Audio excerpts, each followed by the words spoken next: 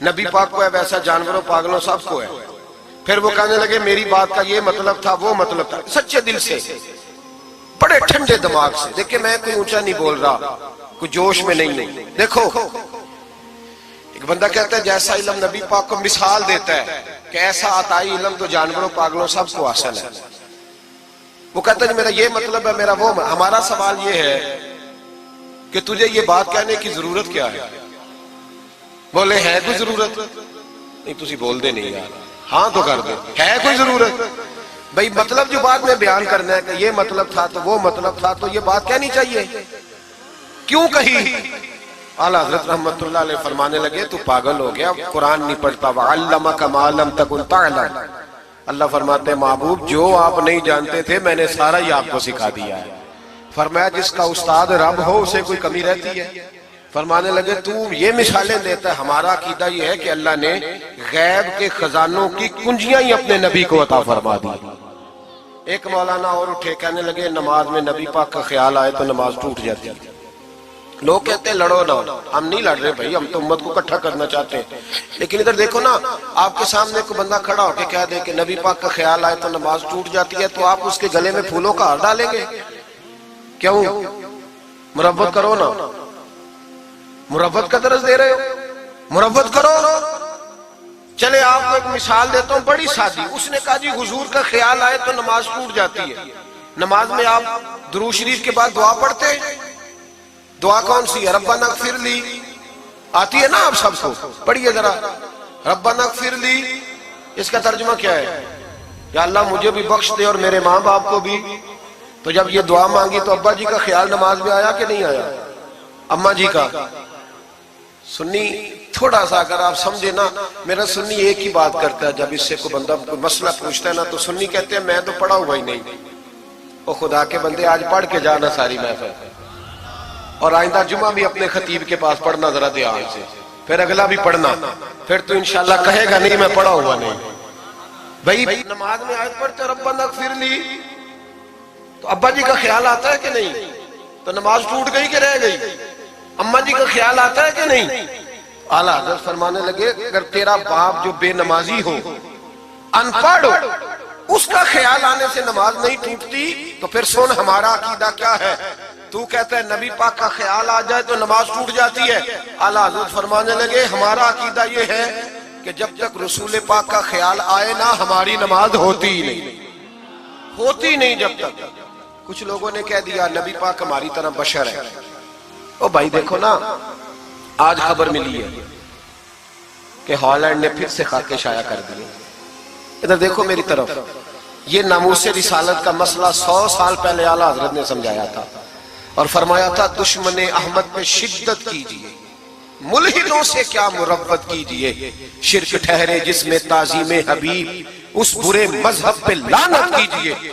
وہ جو ناموس رسالت کی بات تب کی تھی، فرمایا نادانو آج تو تم کہہ رہے ہو کہ حضور ہماری طرح کے بشر ہیں، تو جب تم بشر بناؤ گے تو پھر لوگ کہیں گے کہ سیاستدان کا خاکہ بن رہا ہے تو ان کا کیوں نہ بنے معاذ اللہ.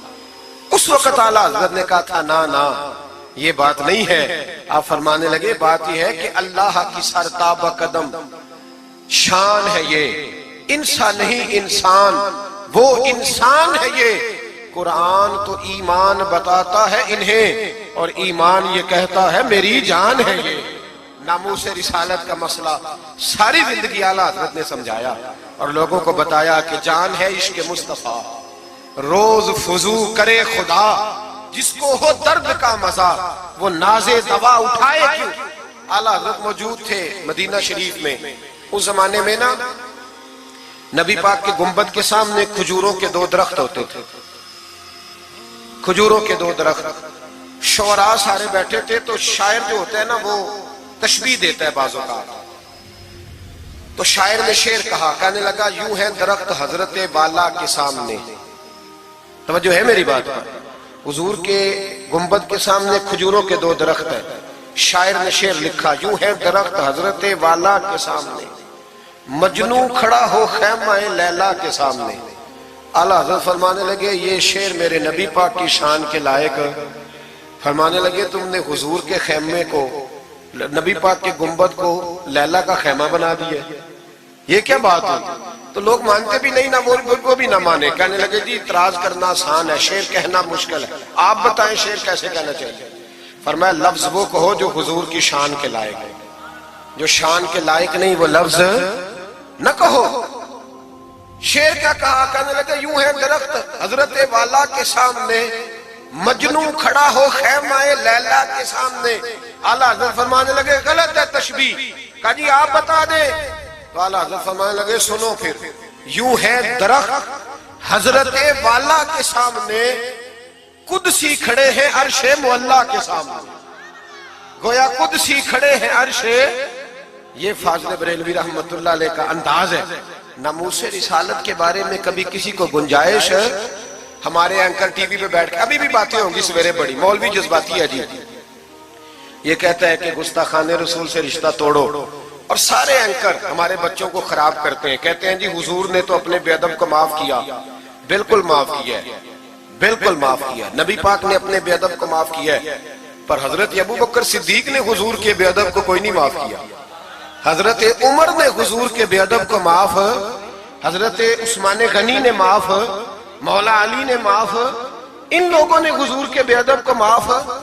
لیکن نا جو میری بے ادبی کرے گا اسے میں معاف کروں گا، بے ادبی میری کرے اور معافی میرے چھوٹے بھائی سے مانگ لے، اس کو حق ہے معاف کرنے کا، میں نے معاف کرنا ہے، کیونکہ بے ادبی یہ موٹی بات ہے، اس کو سمجھ لیں۔ اس اجتماع میں میں حکومت پاکستان کو مشورہ دیتا ہوں، بڑا ٹھنڈا مشورہ دیتا ہوں کہ اگر بچنا چاہتے ہو نا تو ان سے تعلق توڑ لو اور انہیں سخت جواب دو، بچ جاؤ گے، ورنہ جو ان سے رشتہ نہیں توڑے گا وہ خود بھی نہیں بچے گا، وہ راہوں میں بہ جائے گا، وہ اللہ کی پکڑ میں آ جائے گا، اس کے لیے مشکل ہو جائے گا۔ خدا را سخت جواب دو، تمہیں اللہ نے منصب دیا، موقع دیا ہے، سخت جواب دو، سٹینڈ لو۔ لوگ کہتے ہیں علماء کی تقریروں سے کیا ہوتا ہے؟ ہماری تقریروں سے غازی علم دین شہید پیدا ہوتے ہیں، ہماری تقریروں سے عامر چیمہ شہید پیدا ہوتے ہیں، ہماری تقریروں سے غازی ممتاز حسین قادری پیدا ہوتے ہیں، یہ یہاں سے پیدا ہوتے ہیں۔ اس لیے مہربانی کریں، خدا کا خوف کریں اور سخت جواب دیں، اور اپنے مسلمان ہونے کا، آپ مسلمان ہیں، مسلمان ہونے کا ثبوت دیں، سخت جواب دیں۔ اور اگر وہ نہیں مانتے تو گزارا کھانے پینے روٹی کے بغیر ہو جاتا ہے، پر نبی پاک کے بغیر نہیں ہوتا۔ اس لیے مہربانی کرو، ان کو کرارا جواب جانا چاہیے۔ آپ تائید کرتے ہیں میری بات کی سارے حضرات؟ ہونا چاہیے نا جی ایسا؟ اللہ آپ کو جزا دے۔ آگے بڑھیے۔ اعلیٰ حضرت رحمت اللہ تعالیٰ علیہ نے علم سکھایا لوگوں کو، ان کا کمال پتہ کیا تھا؟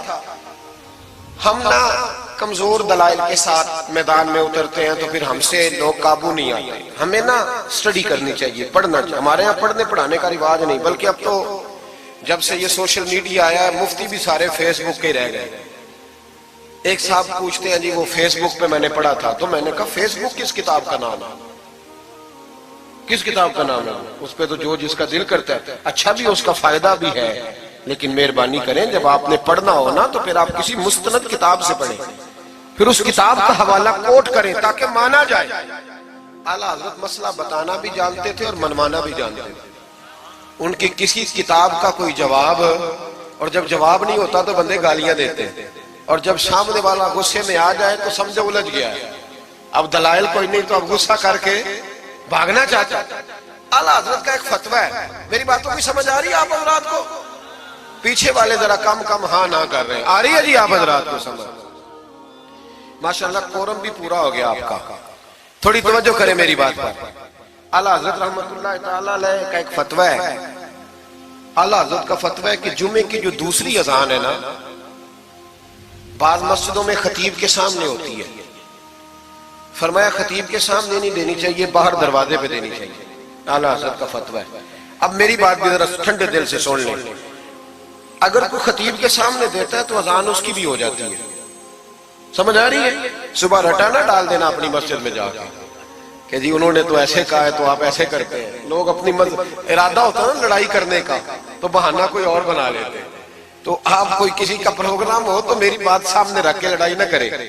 جس مسجد میں خطیب کے سامنے بھی جمعے کی دوسری اذان ہوتی ہے، اذان وہاں بھی بولیے ہو جاتا ہے۔ اعلیٰ حضرت کا فتویٰ ہے کہ باہر دینی چاہیے، پورا رسالہ لکھا ہے اعلیٰ حضرت، اور آپ دلیل یہ دیتے ہیں، آپ فرماتے ہیں کہ خطیب تو آیا بیٹھا ہے، باہر اذان پڑھو تاکہ باہر کسی کے کانوں میں جائے کہ ٹائم ہو گیا ہے.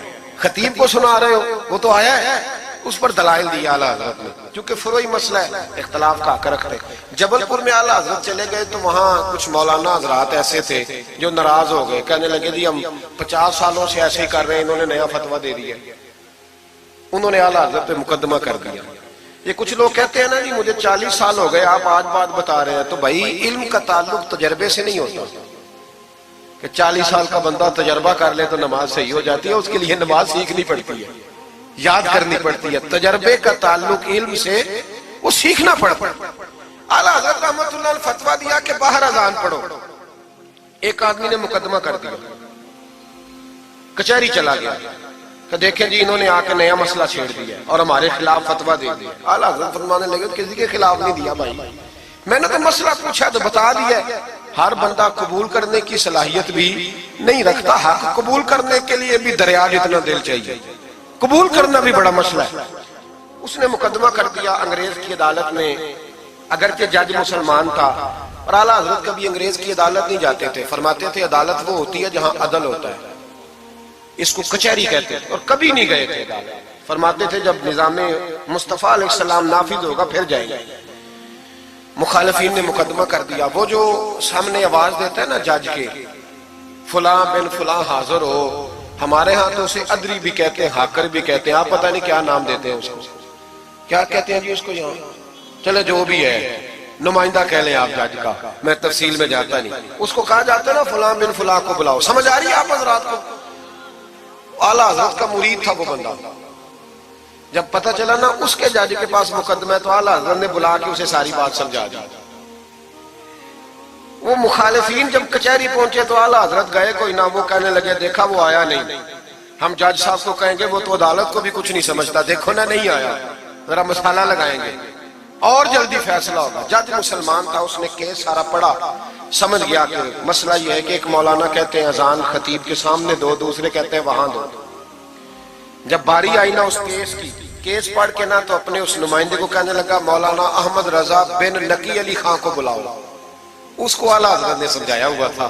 اس نے پتہ کیا کیا، جج کے کرسی کے سامنے کھڑے ہو کے تو کانوں میں انگلیاں دے لی. کہنے لگا مولانا احمد رضا بن نقی علی خان حاضر ہو. تو جج کہنے لگا وہ باہر جا کے کہنے لگا جی یہی بات تو میرے اعلیٰ حضرت فرماتے ہیں، یہی تو وہ کہتے ہیں کہ ان باہر جا کے خطیب تو آیا بیٹھا ہے، یہی تو وہ کہتے ہیں، یہی تو مسئلہ ہے. وہ جج اسی وقت کہنے لگا ان کو آنے کی کوئی ضرورت نہیں، وہ جو بھی کہتے ہیں صحیح کہتے ہیں، مسئلہ ان کے حق میں. ملک سخن کی شاہی تم کو رضا مسلم جس سمت آ گئے ہو سکے بٹھا دیے.